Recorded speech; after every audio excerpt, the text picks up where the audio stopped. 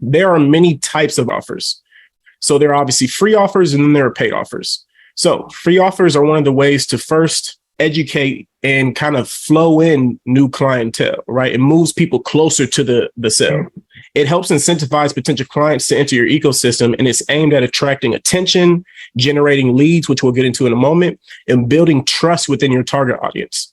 Oftentimes, people don't really know who you are, which is why they're not purchasing whatever it is your product or service is.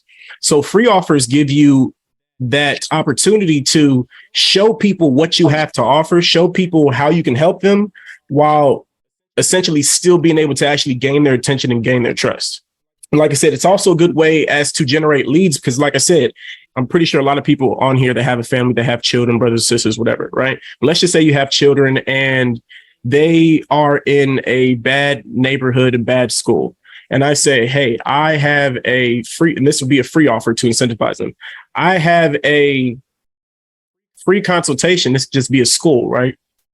I have a free consultation where you can come in, your kids can join the school for a week and see how we could, and see the opportunities that are available for them as far as safety, education, so on and so forth.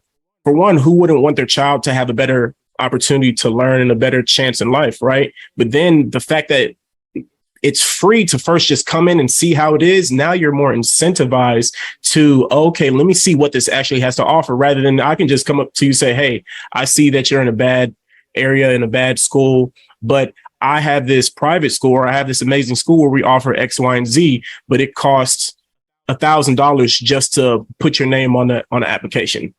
People are going to be like, well, I still don't really know who you are. You came up to me, right? Or you just came into my ecosystem, but I still don't know the value that you really provide. And then you're already asking me for money. All right. So that sometimes can disincentivize people from actually seeing what you have to offer. Now, obviously, the second type of offer is paid offers, which is what we want to transition your potential client to.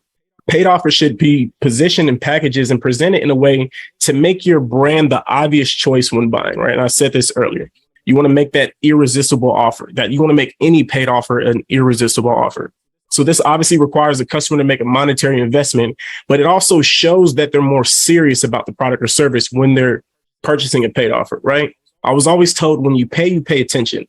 So in order to actually make sure you're getting the right quality, right? Because oftentimes free offers are good, especially in the beginning and even later on when you grow in your business to a certain extent, but free offers are good to gain leads, right? Paid offers are there so it shows you who's actually serious about utilizing your products or services, especially as you enter them into the client ascension ladder and the client ascension system, which we'll get into later as well, when the prices start to get higher, right? Because let's just say you have products ranging from $50 all the way to $10,000, right?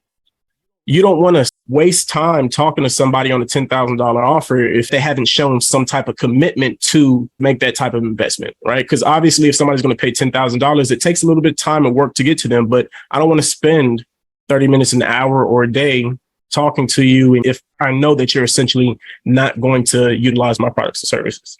So a few examples of both free and paid offers are to the right here. So obviously funnels, having virtual events, mentorships, masterminds, all the way down to, webinars, workbooks, audiobooks, ebooks, right? Memberships. And for the most part, each and every one of these can be used as both a free and a paid offer, right?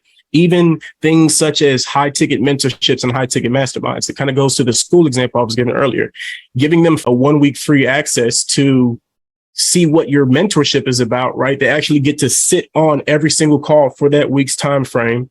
And while you're in your mentorship with your high paid people, right? Now, oftentimes with social media, there's a lot of, social media gurus who don't fully know what they're talking about. So it can be difficult to kind of weed out a lot of the people who really have the value and who don't.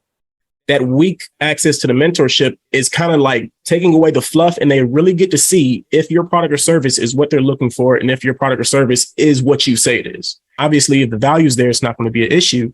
But then once you end that weak access, right, most people are going to be like, I would never give a free week to a $10,000 mentorship. But once you end that free access, once you've shown them all of that value, like I said, it's that irresistible offer.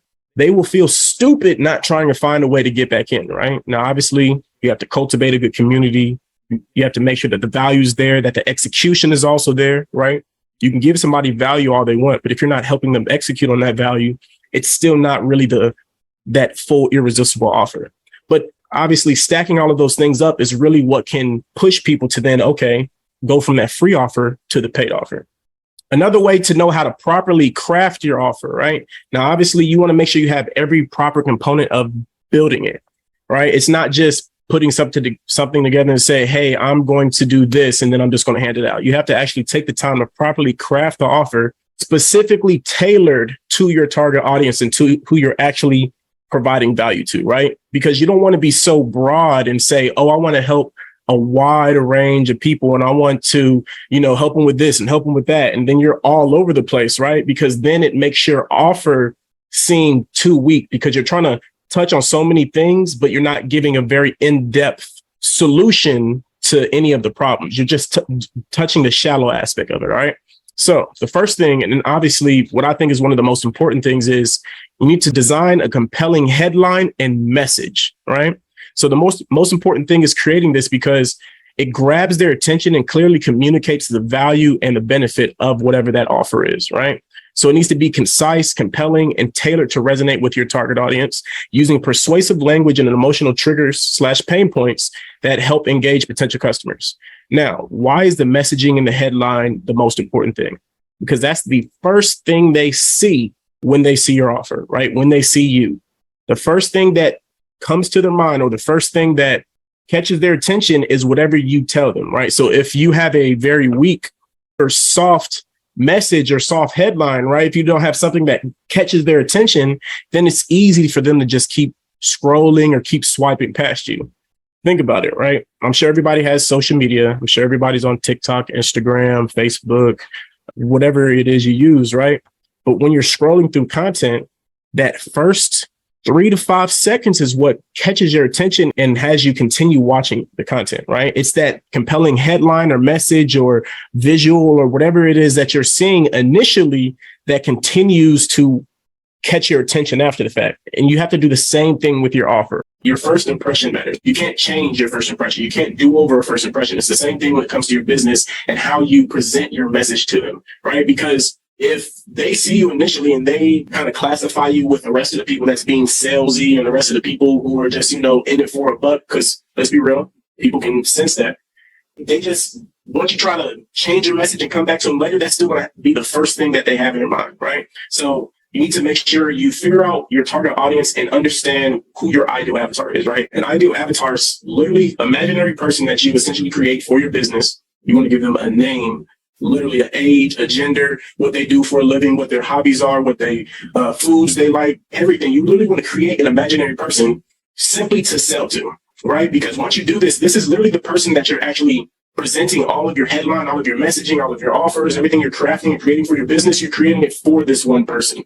Now, why do I say you want to create one person? Because it helps you narrow down on how you're actually presenting the offer. Instead of talking to a million people when you're saying something, you're talking to one specific person, right? I'm sure we've all seen those sad commercials where it's like injured animal and they're trying to have you, support. They're doing it in a way that touches you emotionally and it touches you as a person, right? Because they know the type of person they're targeting. They're targeting somebody. When they have those commercials, it literally seems like they're talking directly to you, right? Rather than the ones where, hey, we all love this. They use broader terms where they're inclusive of everyone rather than just specific of one.